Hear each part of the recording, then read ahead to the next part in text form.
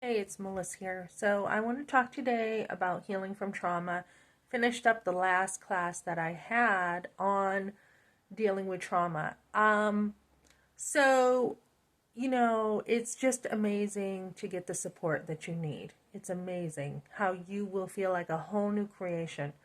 So I was like, after my two post-abortive classes, I was like, oh my goodness, I'm feeling more memories flooding me. I keep having things come up. What is going on? So you want to finish your healing. There will always be like little things that pop up, little things, that can trigger you, things you didn't remember. So for example, um I was listening to someone talk at the Supreme Court about how this woman had a chemical abortion and she had prepared with a maxi pad.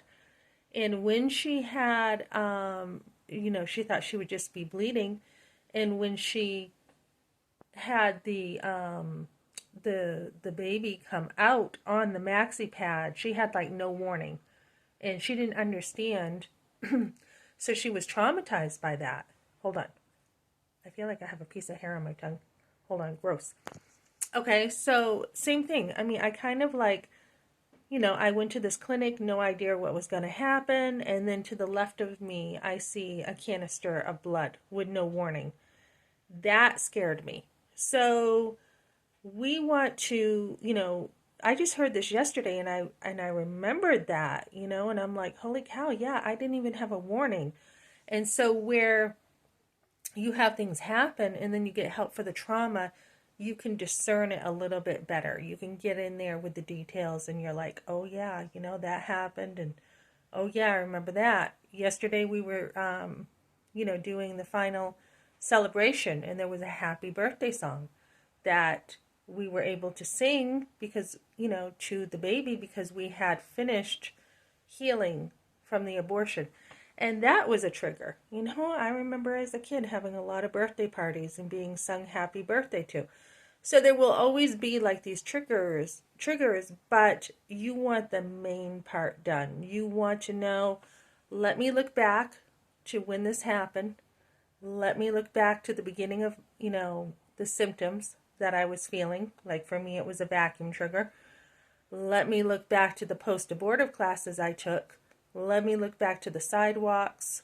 I testified in the State House 2019, New Hampshire State House. And, looking back and then looking at now, and that's kind of what you want to do. You're like, look at all this progress I made, and you want to celebrate that progress. You want to be like, wow, I've really come a long way. It is it's going from a timeline of looking at when it happened to all the garbage in between when you were going through this stuff, the shame, the guilt you felt, the needing a mother, sort of needing mothering from other women to get through this, to grieve your baby, and to get to the end of it and say, I did it. I did it. So that's a huge goal that I have met recently. I've been pretty much healed. I can see the progress. I can see you're pretty much done now. You pretty much have had most of the healing. So that is huge. And we're not talking about this enough. And I'm actually looking into going on to volunteering now on a board. I'm not sure what this will entail yet, but it's about getting out there even more.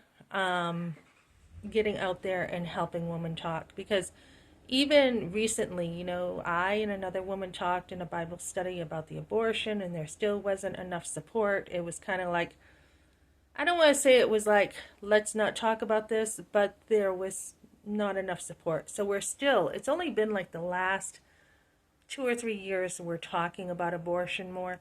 So women have to carry this all alone, what they've been through for years, for years. So we want to talk more about this, get our stories out more. We want to be able to help people understand exactly what happens in the whole picture, not just being political like, oh, on this side we absolutely are going to put people down who have had abortions, and then on the other side like, oh, there's nothing wrong with abortion, right? So we want to get in there more. We want some more middle ground. We want to be able to talk about abortion. Um, so that's what I'm looking to do. A lot is going to change for me as I have jumped into a lot of abortion groups on Facebook to be serving and be helping other women get more support. So let me just say one other thing to add to this because this is important to me. So I've gotten a lot of compliments on how I look. I mean, like everywhere I go, people will be like, "Oh my goodness, you're so beautiful." Da da da da da, you're hot, whatever. Does that really matter? No. What matters is what you do with your life, right? So I see so many young women also using whatever beauty they have to make money to get rich, right? I'd rather be poor. I'd rather be poor than do some of the things women are doing online.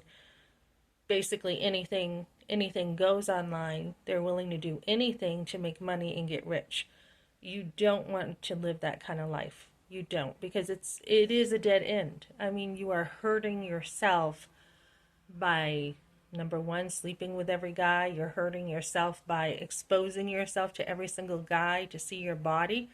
You're hurting yourself. You are going away from, we have a core, right? We have intimacy with God. We have a core.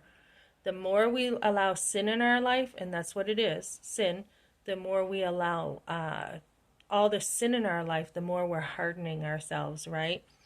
And if you look at most women who do porn in their, way out there, they're losing their core. They start not being able to have the strength they need to walk that straight line because they're pulled over here or they're over here, and it takes away from women. So you don't want to be doing this. And I've talked about different things on my channel. I'm going to be helping women, keep their purity, keep their, integrity. You might want to call it that way, that integrity. So it doesn't really matter how you look. It matters what your character is. It matters, that's what's important is on the inside. I can't talk here. We're living in a day and age where people are very, very surface, and they think, oh, I want to be with a girl with dark hair, or I like a girl with red hair or blonde hair or whatever. And what really matters in the long run is a woman's character. And when you have interaction with women, you want that one woman, right? For men, they want that one woman who they can spend a lifetime with. Otherwise it's just addictive garbage online. Men think maybe they have social anxiety. They think that dealing with porn is, they think dealing with this stuff is like a aspirin or a solution, and it just digs them deeper into their problem. So be a good woman. Don't turn to this garbage. And us as women who have had abortions or had a forced abortion, as I did, I'm looking to help girls who don't know better too. They were young, they didn't know. We are to deny worldliness. We are to deny, the garbage offered to us. And, like one pastor said, why eat burgers when you can have steak? Why are we as women settling for less in life? Why are we willing to get out there and just make money doing garbage? We want to be women of the word. We want the meat and potatoes. So that's what I got for now, guys, and thanks for joining me.